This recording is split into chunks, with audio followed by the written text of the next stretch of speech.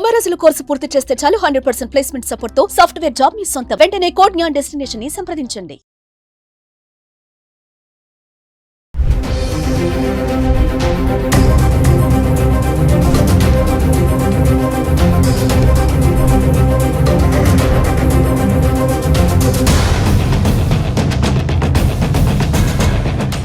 Hello viewers, welcome back to Suman TV.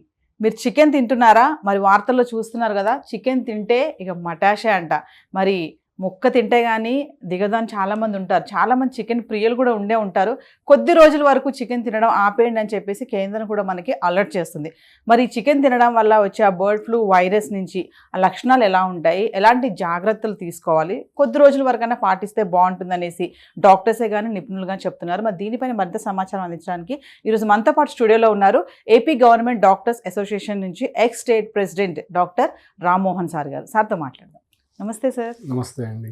Sir, మరి chicken తినొద్దు అంటున్నారు. చాలామంది చికెన్ ప్రియులకి ఒక గుబేలు అయితే పట్టుకుంది, అమ్మో చికెన్ తినొద్దా ఎలాగా అని చెప్పేసి. ఒక్కసారి దాని గురించి వచ్చి ఆ బర్డ్ ఫ్లూ వైరస్ అంటున్నారు, ఇది కరోనా కంటే డేంజర్ అంటున్నారు, చాలా అయితే భయపెడుతున్నారు, బయట చూస్తున్నాం మనం.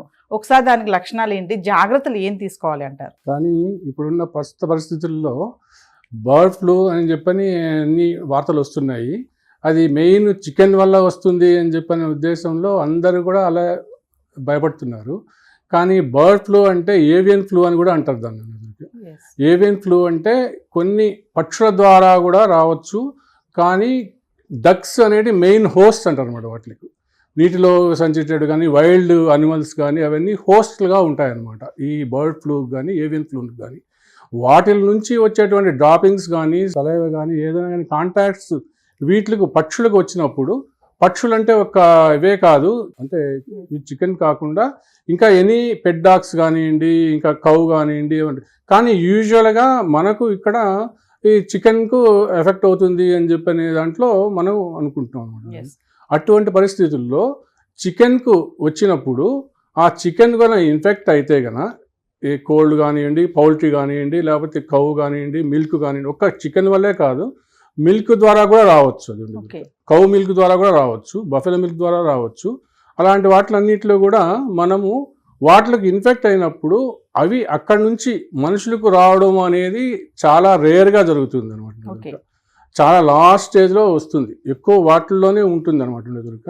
అందువలన ఆ చికెన్కు కానీ కౌ మిల్క్లో కానీ ఏదైనా కానీ పెట్ డాగ్స్లో కానీ వచ్చినప్పుడు వాటి నుంచి ఈ సాధారణంగా ఏం చేస్తుంటాము, మనం చికెన్ తీసుకుంటూ ఉంటాం. మనం యూజువల్గా chicken, eggs, cow milk, buffalo milk అవన్నీ తీసుకుంటూ ఉంటాము. అవి తీసుకున్నప్పుడు రాలో తీసుకున్నామంటే చాలా డేంజరస్గా ఉంటుంది.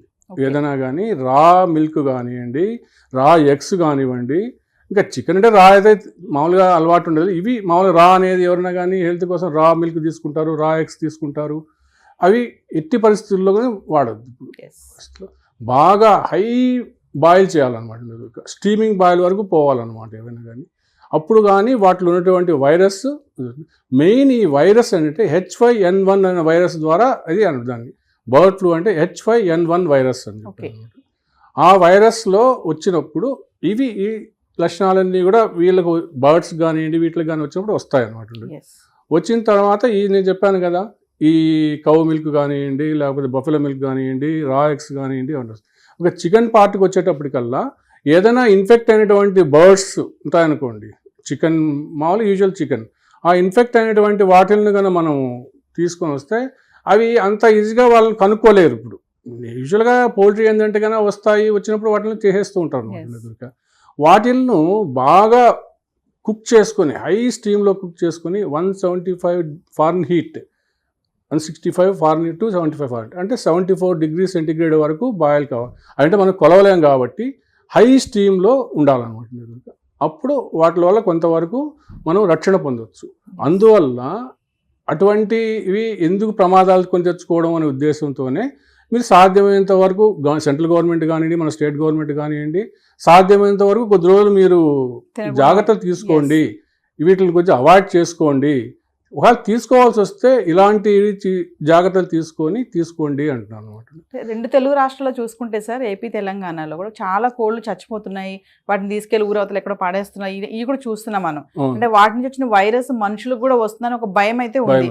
అంటే అంత త్వరగా ఏం వ్యాపించదని అంటున్నారా మీరు? అవునండి అంత ఇదిగా వీటికి ఉన్నంత వచ్చినట్టుకు ఈ హ్యూమన్స్కి అనేది వచ్చేదానికి అంత అవకాశాలు తక్కువ అనమాట. సపోజ్ రావాలన్నా కానీ దానికి ఇంక్యుబేషన్ పీరియడ్ అని ఉంటుంది అనమాట. ఇంక్యుబేషన్ పీరియడ్ అంటే ఒక 4 to 8 days వరకు ఇంక్యుబేషన్. ఒకసారి ఒకవేళ ఎంటర్ అయితే వైరస్ అది 2 to 8 days కానీ 4 to 8 days కానీ డిపెండ్ అపాన్ ది పర్సన్ అనమాట. ఒక లో ఇమ్యూనిటీ ఉందనుకోండి త్వరగా ఎఫెక్ట్ కావచ్చు, హై ఇమ్యూనిటీ ఉందనుకోండి కొద్దిగా లేట్గా వాళ్ళకి వస్తుంది అనమాట. అది కానీ ఇప్పటివరకు అయితే కానీ వచ్చినటువంటి దాఖలాలు అనేది మన దాంట్లో అనేది, కానీ జాగ్రత్తల కోసం చెప్తున్నాను. కానీ చాలా మంది సార్ ఇప్పుడు ఏం కాదులే అలాగే చెప్తానే ఉంటారు, తిందాంలే అని కొన్ని అజాగ్రత్తగా తినే వాళ్ళు కూడా ఉన్నారు. అంటే భయపడాల్సిన అవసరం ఏం లేదని అంటారా? కొద్దిగా జాగ్రత్తలు ఉంటే మంచిదండి. జాగ్రత్తలు ఉంటే ఒకవేళ తీసుకోవాల్సిన పరిస్థితి వస్తే కానీ నేను చెప్పిన విధంగా హైలీ స్టీమ్డ్ తీసుకోవాలా, పాశ్చరైజ్డ్ మిల్క్ తీసుకోవాలన్నమాట. పాశ్చరైజ్డ్ డైరీ ప్రోడక్ట్స్ కూడా పాశ్చరైజ్డ్ ప్రోడక్ట్స్ తీసుకోవాలన్నమాట. అప్పుడు తీసుకున్నప్పుడే కొద్దిగా వరకు మనం ప్రివెంట్ చేయగలుగుతాం. తర్వాత ఒకవేళ ప్రధాన లక్షణాలు మనం ఒకవేళ అనుకుందాం, అవి కూడా తెలిసి పెట్టుకుంటే మంచిది కదా.